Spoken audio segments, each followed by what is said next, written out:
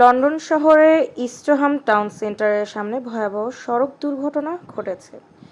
সকাল ৯টার পর এই দুর্ঘটনা ঘটেছে বলে জানিয়েছেন স্থানীয়রা।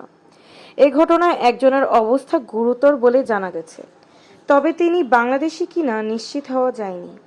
পুলিশ ও অ্যাম্বুলেন্স কর্মীরা ঘটনাস্থল ঘিরে রেখেছেন।